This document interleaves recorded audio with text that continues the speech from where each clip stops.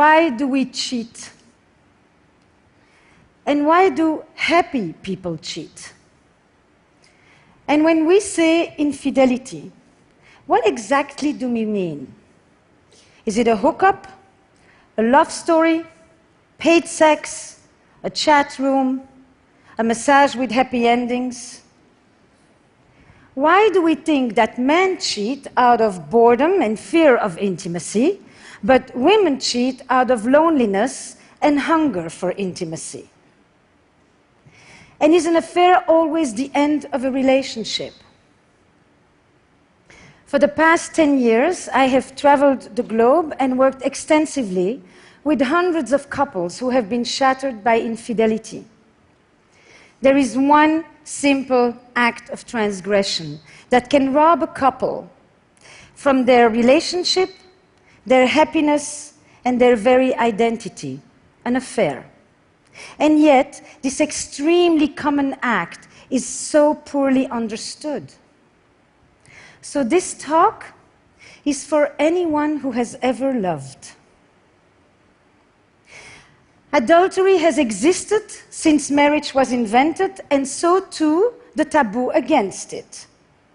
In fact, infidelity has a tenacity that marriage can only envy, so much so that this is the only commandment that is repeated twice in the Bible.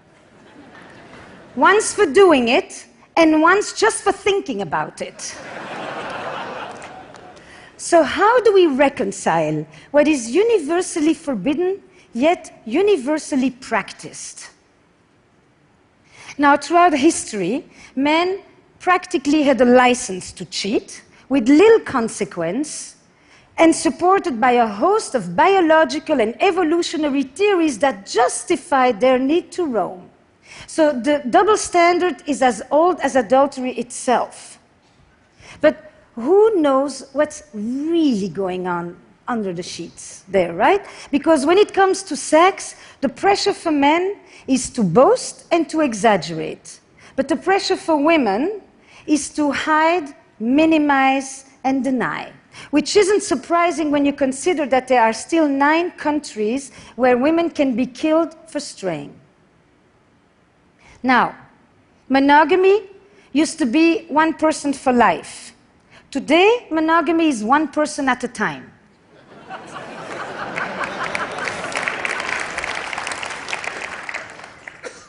I mean, many of you probably have said, I am monogamous in all my relationships. We used to marry and had sex for the first time, but now we marry and we stop having sex with others. The fact is that monogamy had nothing to do with love. Men relied on women's fidelity in order to know whose children these are and who gets the cows when I die. Now, everyone wants to know what percentage of people cheat. I've been asked that question since I arrived at this conference. It applies to you. But the definition of infidelity keeps on expanding. Sexting, watching porn, staying secretly active on dating apps. So because there is no universally agreed upon definition of what even constitutes an infidelity, estimates vary widely, from 26% to 75%.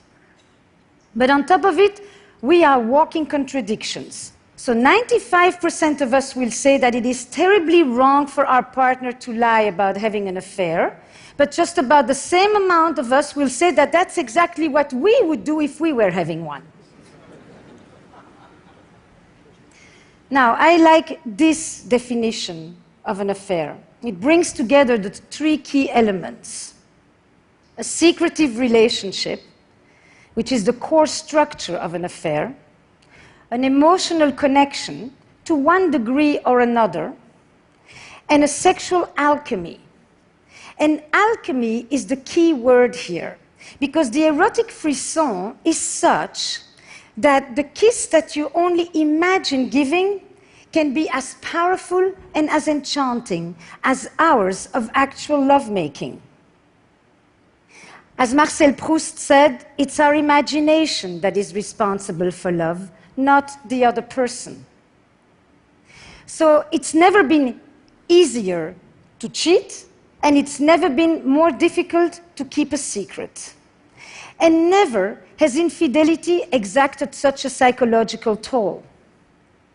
When marriage was an economic enterprise, infidelity threatened our economic security. But now that marriage is a romantic arrangement, infidelity threatens our emotional security. Ironically, we used to turn to adultery. That was the space where we sought pure love. But now that we seek love in marriage, adultery destroys it. Now, there are three ways that I think infidelity hurts differently today. We have a romantic ideal in which we turn to one person to fulfill an endless list of needs, to be my greatest lover, my best friend, the best parent, my trusted confidant, my emotional companion, my intellectual equal. And I am it. I'm chosen, I'm unique, I'm indispensable, I'm irreplaceable, I'm the one. And infidelity tells me I'm not. It is the ultimate betrayal. Infidelity shatters the grand ambition of love. But if throughout history, infidelity has always been painful, today it is often traumatic because it threatens our sense of self. So my patient Fernando, he's plagued. He goes on, I thought I knew my life. I thought I knew who you were, who we were as a couple, who I was. Now I question everything. Infidelity, a violation of trust, a crisis of identity. Can I ever trust you again, he asks. Can I ever trust anyone again? And this is also what my patient Heather is telling me when she's talking to me about her story with Nick, married, 2 kids. Nick just left on a business trip. And Heather is playing on his iPad with the boys when she sees a message appear on the screen. Can't wait to see you. Strange, she thinks, we just saw each other. And then another message. Can't wait to hold you in my arms. And Heather realizes these are not for her. She also tells me that her father had affairs, but her mother, she found one little receipt in the pocket and a little bit of lipstick on the collar. Heather, she goes digging, and she finds hundreds of messages and photos exchanged and desires expressed. The vivid details of Nick's 2-year affair unfold in front of her in real time. And it made me think, affairs in the digital age, a death by 1,000 cuts. But then we have another paradox that we're dealing with these days. Because of this romantic ideal, we are relying on our partner's fidelity with a unique fervor.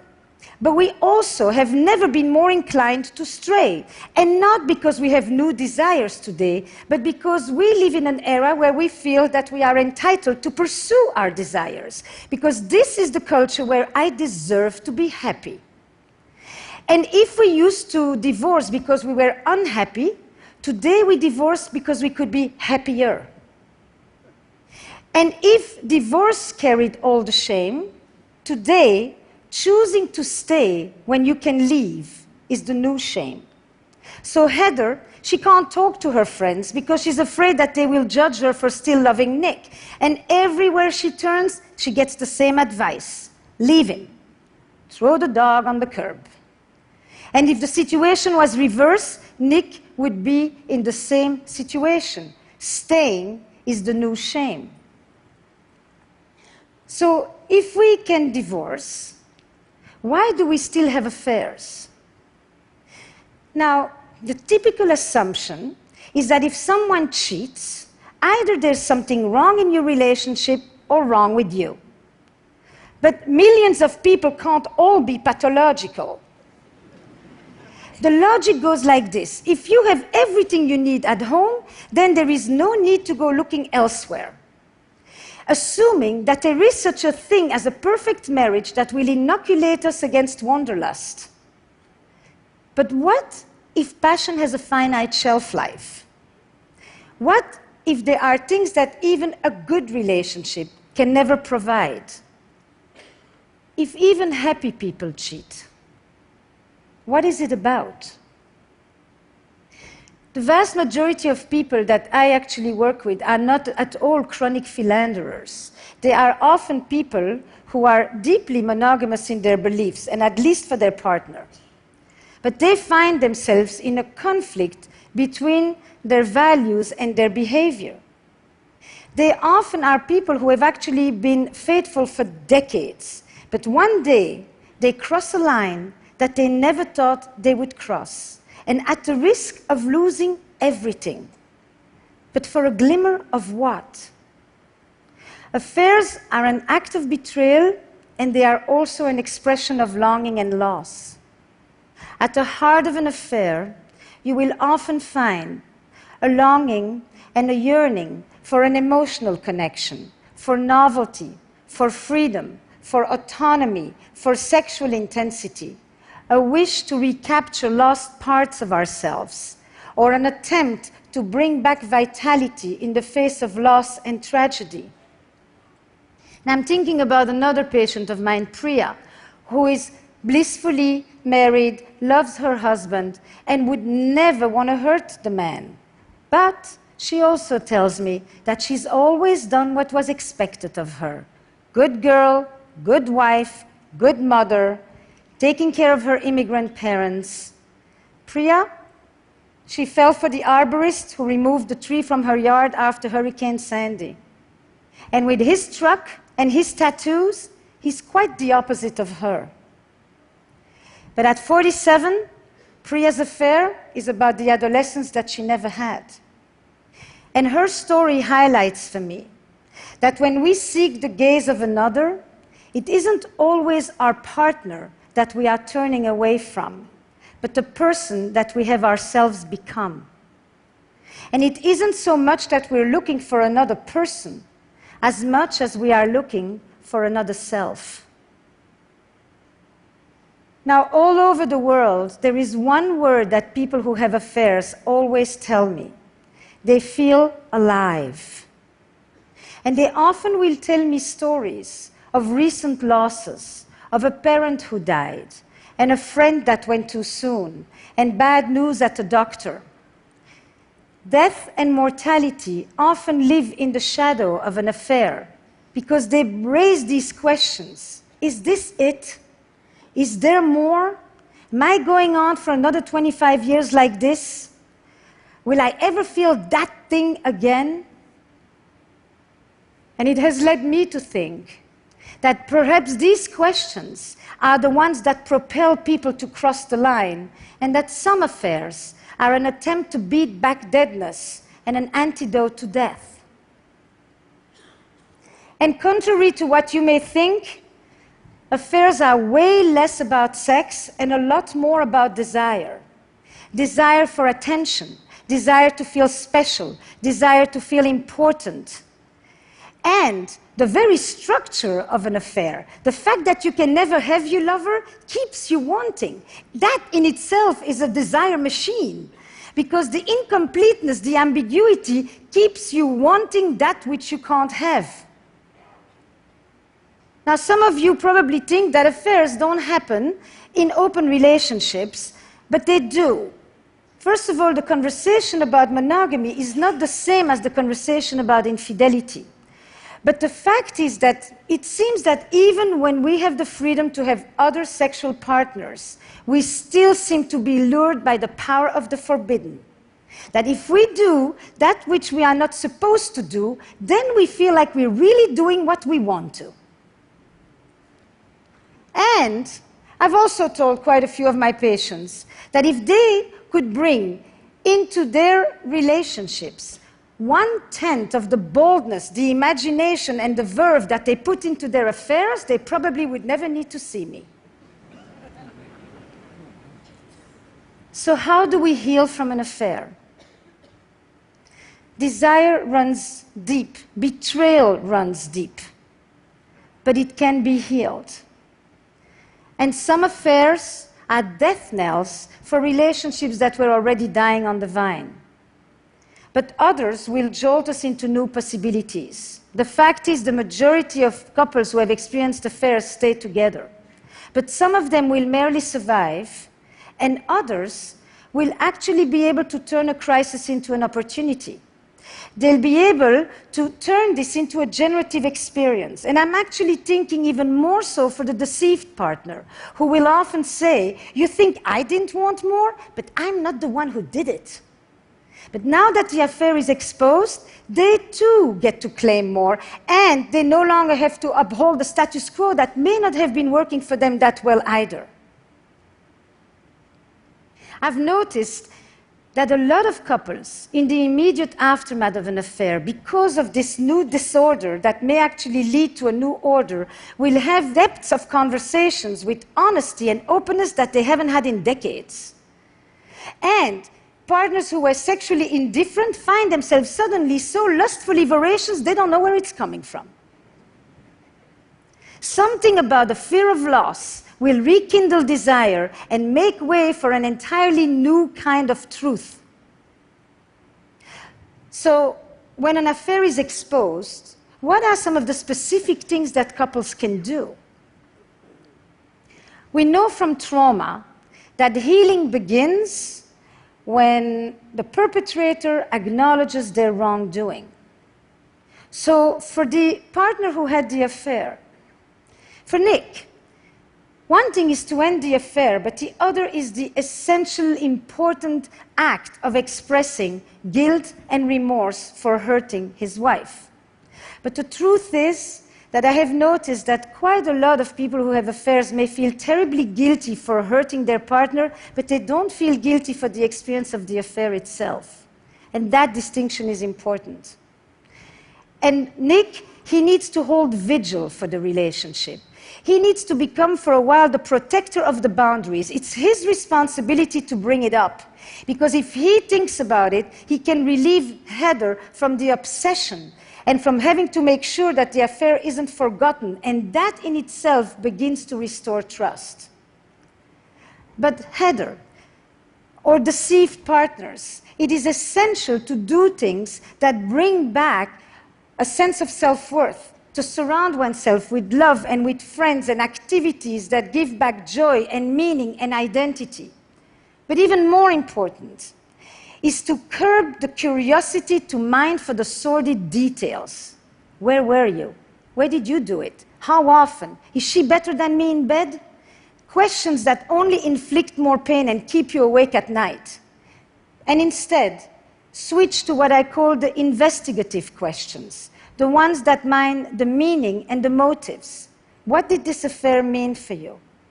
What were you able to express or experience there that you could no longer do with me? What was it like for you when you came home? What is it about us that you value? Are you pleased this is over? Every affair will redefine a relationship, and every couple will determine what the legacy of the affair will be. But affairs are here to stay, and they're not going away. And the dilemmas of love and desire, they don't yield just simple answers of black and white and good and bad and victim and perpetrator. Betrayal in a relationship comes in many forms. There are many ways that we betray our partner, with contempt, with neglect, with indifference, with violence. Sexual betrayal is only one way to hurt a partner. In other words, the victim of an affair is not always the victim of the marriage. Now, you've listened to me, and I know what you're thinking. She has a French accent. She must be pro-affair.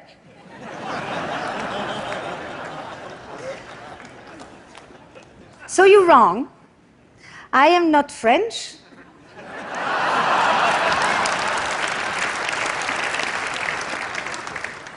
And I'm not pro-affair. But because I think that good can come out of an affair, I have often been asked this very strange question: would I ever recommend it? Now, I would no more recommend you to have an affair than I would recommend you to have cancer. And yet we know that people who have been ill often talk about how their illness has yielded them a new perspective. The main question that I've been asked since I arrived at this conference when I say I do a talk about infidelity is for or against? I said yes. I look at affairs from a dual perspective. Hurt and betrayal on one side, growth and self-discovery on the other. What it did to you and what it meant for me.